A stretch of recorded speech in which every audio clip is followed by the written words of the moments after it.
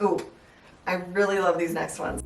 Are you interested in learning more about plant-based nutrition but have no idea where to get started?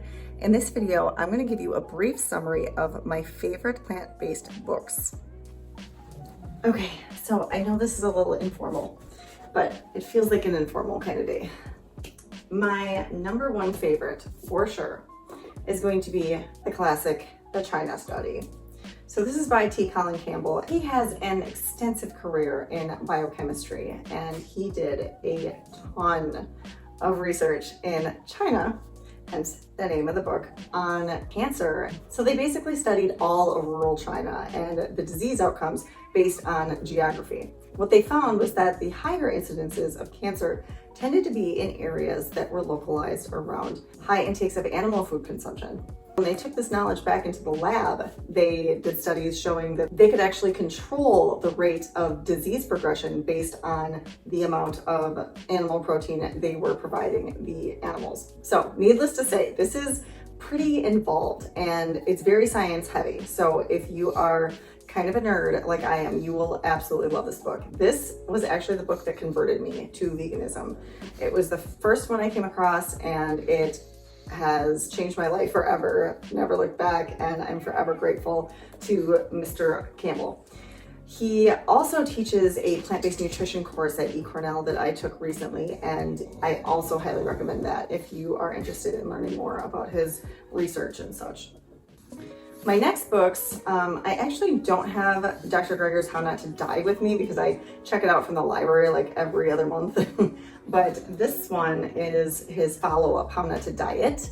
And I don't know if I can pick my favorite because they're both equally impressive. And I mean, look at this thing. It's like the Bible on how to lose weight successfully and maintain that weight loss for good.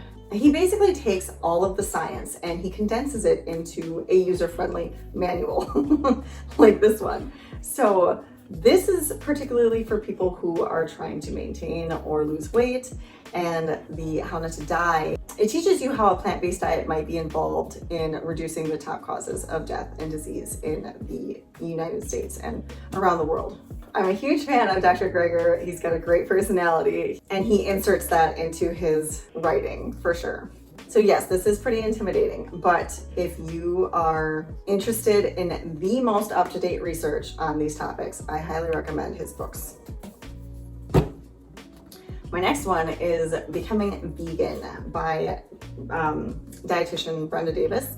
She is rather remarkable, and she has gone ahead and written this like textbook on plant-based nutrition and all that entails, from nutrient deficiency concerns to carbohydrates and protein and fats and where you get your iron. But it also talks about, if you're an athlete, the types of concerns you might have going plant-based, or if you are a nursing mama, or if you are elderly. This book contains everything you could possibly want to know when it comes down to the heavy information-based portion of plant-based nutrition. It provides tables on every possible macro and micronutrient involved in human nutrition. This is highly nuanced if you are interested in learning more about the specifics when it comes to plant-based nutrients. Ooh, I really love these next ones. I love all these books, but they're all so neat in their own way. So, The Pleasure Trap by Dr. Alan Goldhamer and Dr. Doug Lisle. They are quite the pair, and it shows in their writing. So The Pleasure Trap is a great text on the evolutionary perspective on how we just do not live in an environment that matches our biochemistry or our physiology in any way, shape, or form. And we are set up to fail in our current situation, having all of these highly palatable foods at our disposal at any moment of the day or night. We can get them on in a phone call or just a push on our app or something on our phone. It goes into the practicality of actually designing your environment in such a way to help you succeed when the external environment is so set up against your favor to maintain health and weight loss of any manner. So another book that goes along with The Pleasure Trap, I feel, is Salt, Sugar, Fat by Michael Moss. He's a Pulitzer Prize winner journalist, and he has gone behind the scenes when it comes to those big food corporations, and he teaches you exactly how they hook you to these nasty foods. So it is very much what it sounds like: salt, sugar, fat. It goes into depth on each of those and what it does to our systems, and how the big food companies know exactly how to tap into our reward centers and utilize that to their advantage and to our demise, basically. So, great read. I cannot say enough good things about this next book. It's called Proteinaholic by Dr. Garth Davis. He is a bariatric surgeon.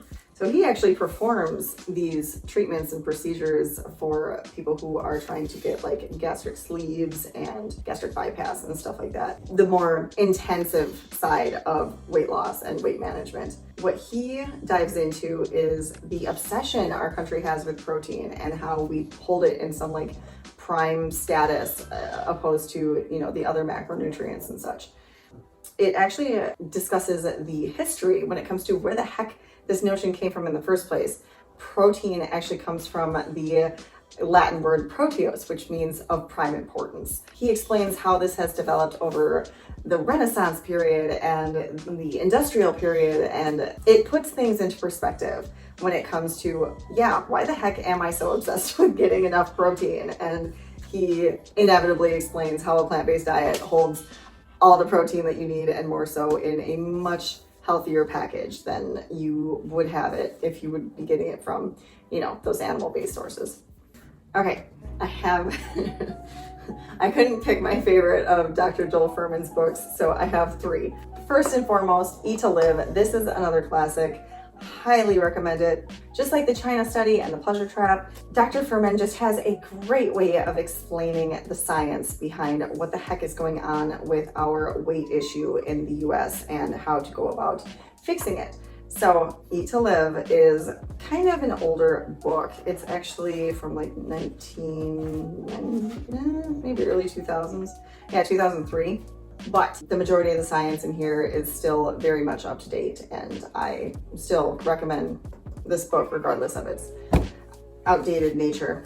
But this is his more updated book. This is a synthesis of all of Dr. Fuhrman's research and medical work throughout his years as a medical doctor, and helping people transition to a plant-based diet and maintaining their weight and getting them off their medications. This is basically a culmination of his life's work, and it's kind of an updated version of Eat to Live, but with so much more. And what I love about Dr. Fuhrman's books is that they all have these wonderful recipes in the back of the books. And his recipes are no joke. They are unique, they are exotic. He is just a connoisseur when it comes to plant-based nutrition and the different ways you can combine the flavors and the foods and make them taste delicious.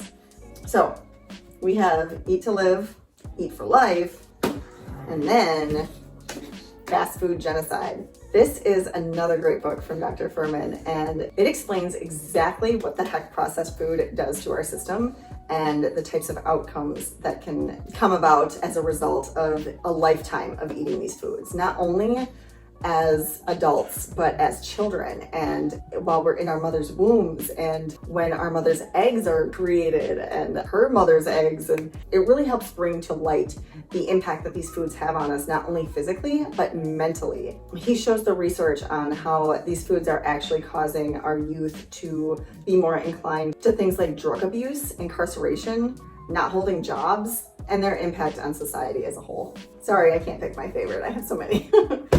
The last books I want to talk about today are very family oriented. So when I had my daughter, it was very important to me to learn about plant-based nutrition and what it was doing not only to my body, but to my daughter's body. The first book I want to talk about is Nourish by Reshma, Shah, MD, and Brenda Davis, RD.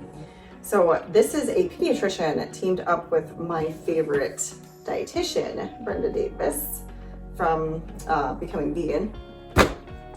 And they compiled all of the insight and knowledge and science behind raising plant-based kiddos and what that means for somebody who's pregnant and lactating and raising the child all throughout the lifespan. It provides all that necessary reassurance when it comes to, am I feeding my child right? Am I doing the right thing? Do they need meat? Blah, blah, blah, blah, blah, blah, blah. All of those awful misconceptions that our society places on us as mothers. And this will provide all the guidance that you need when it comes to the meals that you prepare your kiddos and the different macronutrients they need at each given stage in life. All the recipes are in the back. These are all super family friendly.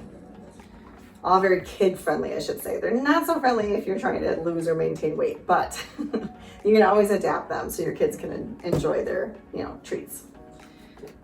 The other ones I suggest for anybody trying to raise plant-based children is Disease Proof Your Child by Dr. Fuhrman. This is still something I reference regularly to decide what the heck I should do when my child has a fever. Should I give her Tylenol? Should I give her Advil? Should I give her, some antibiotic? Should I take her to the doctor? It not only discusses the dietary aspects of raising your kiddos, but it also is more medically based. So it touches on like asthma and fevers and childhood diabetes and obesity, everything and anything that you would want to know about your child medically as they develop is described in this book. All right, guys, last but certainly not least is Forks Over Knives Family. This was the first book I read when I got pregnant. It explains all the nuances when it comes to feeding plant-based children and how to introduce salads and how to get them to eat their vegetables or how to have proper mealtime etiquette and things that you wouldn't even think about as a new mother.